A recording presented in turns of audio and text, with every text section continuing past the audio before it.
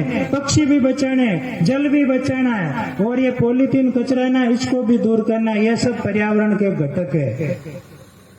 पृथ्वी, जल, अग्नि, ये सब पर्यावरण के घटक है। इन सब को, पर्यावरण शब्द एक बहुत बड़ा शब्द है, पर्यावरण के अंदर बहुत सारा समावित है, और सिर्फ एक पेड़ भी नहीं है। पर्यावरण के सारे घटकों की हमें चिंता करते हुए, इन पक्षियों को बचाते हुए हमें जैव विविधता संरक्षण करनी है। और पक्षी बचाने के लिए हमें हर घर में फूल वाले और फल वाले पौधे लगाने हैं। फल वाले पौधे हर घर में लगे होते हैं, मैं कई घरों में देखता हूँ, लेकिन उस पर जैसे ही फल लगते हैं ना, या तो चूंदड़ी से या साड़ी से या जाली से ढक देते हैं। अगर ज्यादा पेड़ लगे तो ग्रीन नेट से ढक देते हैं और सोचते हैं ये फल हम ही खाएंगे। ऐसा नहीं करना है, हमें उन पक्षियों का ख्याल रखना है। हम तो बाजार से सेव, जामुन, अनार ये सब खरीद कर ला सकते हैं, पक्षी तो खरीद कर नहीं ला सकते ना। तो हमें उन पक्षी बचाने के लिए हर घर में कम से कम 5 फलदार पौधे लगाने जरूरी है, और उन फलदार पौधों के साथ साथ फूलों वाले पौधे भी जरूरी है, क्योंकि फूलों में छोटे छोटे कीट पतंग रहते हैं, और उन कीट पतंगों को वो पक्षी खाते हैं। तो वही ना जैव विविधता वाली बात, पक्षी भी बच गए, उन्हें भोजन भी मिल गया, पेड़ भी लग गया, हमें ऑक्सीजन भी मिल गई। ये सारा काम इस पेड़ आयाम से हो रहा है।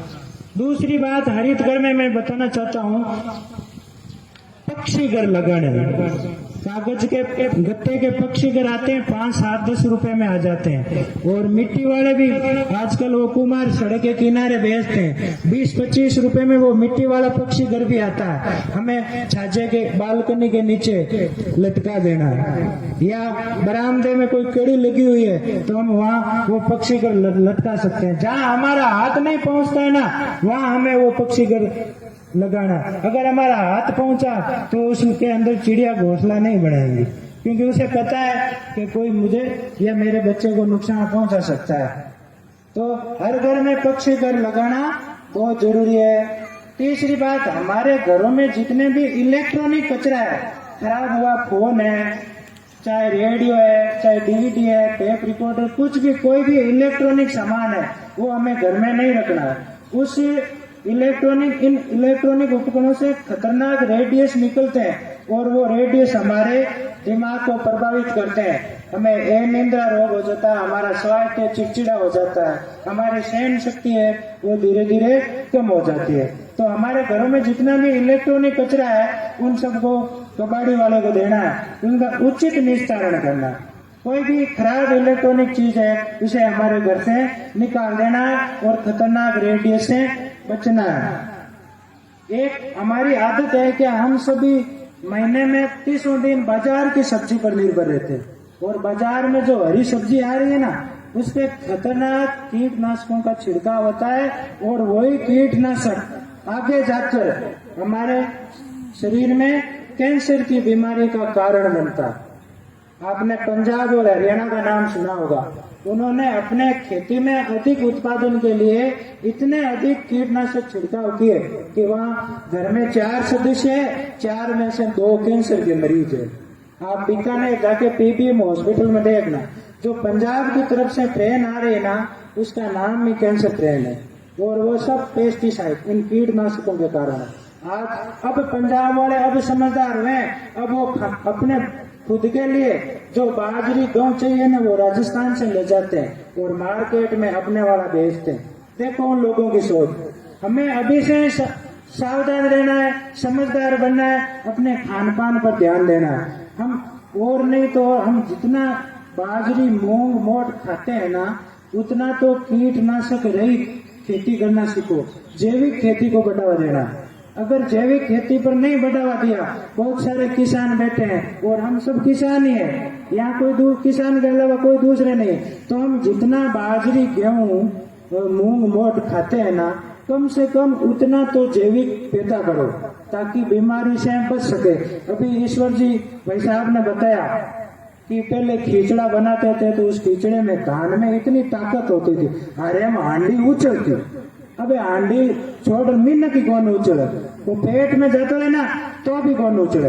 ये सब कीटनाशक की वजह से हुआ। एक हमारे आदत बनानी चाहिए। हमें कम से कम, या अगर आप पॉलीथीन का प्रयोग नहीं करते हो तो बहुत अच्छी बात है, लेकिन पॉलीथीन वर्तमान में हमारी जीवन शैली का एक अभिन्न अंग बन चुका है। हम कपड़े लाएंगे पॉलीथीन में आएंगे, सब्जी लाएंगे पॉलीथीन में, दूध पॉलीथीन में, मिर्ची मसाले, मोटर पार्ट्स, कोई भी सामान लो वो पॉलीथीन में आता है। अब सरकारें इस पर माइक्रोन चेंज करके बैन लगाती है। पहले पतला पॉलीथीन आता था, वो 100-150 सालों में खत्म होता था। आजकल उसकी मोटाई थोड़ी कर दी है, वो 20-30 सालों में खत्म होता है। लेकिन ये पॉलीथीन इतना खतरनाक है कि आप पूछो मत। पहले आप रामायण और महाभारत में वो राक्षस देखते थे ना, सिंह वाला, वर्तमान में ये पॉलीथीन सिंगल यूज प्लास्टिक ही राक्षस है। यही इस धरती को खत्म करने पर तुला हुआ। तो हमें पॉलीथीन को नकारना है। सिंगल यूज पॉलीथीन तो काम ही नहीं ले रहा है। अगर काम नहीं ले रहे फिर भी पॉलीथीन जिस किसी रास्ते से घर में प्रवेश कर गया तो वापस घर से उस रूप से बाहर नहीं जाने देना है। अब घर से बाहर नहीं जाने देंगे तो उस पॉलीथीन कचरे का क्या करेंगे? ये दिमाग में एक प्रश्न आया ना। हमें क्या करना है? इकट्ठा करके हम पॉलीथीन जलाते हैं। जलाना भी नहीं है। जब हम पॉलीथीन को जलाते हैं तो उससे खतरनाक गैसें निकलती है, वो भारी गैसें होती है, वो कहीं उड़कर दूर नहीं जाती। और भारत में हर वर्ष 12 लाख लोग अस्थमा और सांस की बीमारी से मरते हैं।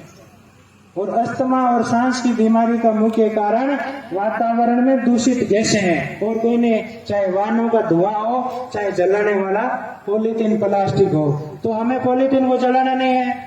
अब कुछ लोग क्या करते हैं, पॉलीथीन को जमीन में गाड़ देते हैं, या जहाँ खाद इकट्ठी करते हैं ना, जहाँ गोबर डालते हैं वहीं पॉलीथीन डालते हैं। वही काम हमें नहीं करना है। पॉलीथीन इस जमीन को बंजर कर रहा है। अगर एक थैली अपने जमीन में डाल दी तो अपने आसपास 1 मीटर जमीन को बंजर बना देगी। पहले हम खेती करते थे, ये ज्यादातर बूढ़े किसान बैठे, 1 बीघा खेती करने में पाव धान बीजते थे और खूब धान होता था। अभी हम खेती करते हैं ना तो 1 बीघा में 3 किलो बीजना शुरू हो गए। पहले पाव बीजते थे, अभी 3 किलो बीजते। ये कारण क्या है? क्योंकि हमारी जमीन की दिन प्रतिदिन सेहत है वो कमजोर हुई है, बंजर होती जा रही है जमीन। इस जमीन की उपजाऊपन को बनाए रखने के लिए इसमें हमें ना तो कीटनाशक छिड़कना है, ना इसके अंदर पॉलीथीन गाड़ना है। अगर हम समय रहते नहीं चाहते तो वो दिन दूर नहीं है जब 1 बीघा में बीजने के लिए हमें 10 किलो धान बीजना पड़ेगा। इसलिए इस जमीन की सेहत बनाने के लिए इसके अंदर पॉलीथीन से ऐसे दूषित नहीं करना है। अब फिर भी आपके दिमाग में फिर करना क्या है? जमीन में भी नहीं गाड़ना है और जलाना भी नहीं है। तो हमारे घर में जो मोटे वाला पॉलीथीन आता है ना, जैसे चाय वाली थैली है, डिटर्जेंट पाउडर वाली थैली है, सर्फ वाली थैली, या 2 लीटर वाली बोतल है, 1 लीटर वाली बोतल है, इन सब को आपको इकट्ठा करना। वो चिप्स वाली थैली, बिस्कुट वाला वो जो मोटा पॉलीथीन होता है ना, उसको आपको एक अलग थैली में इकट्ठा करना है। और गांव में या शहर में जो लोग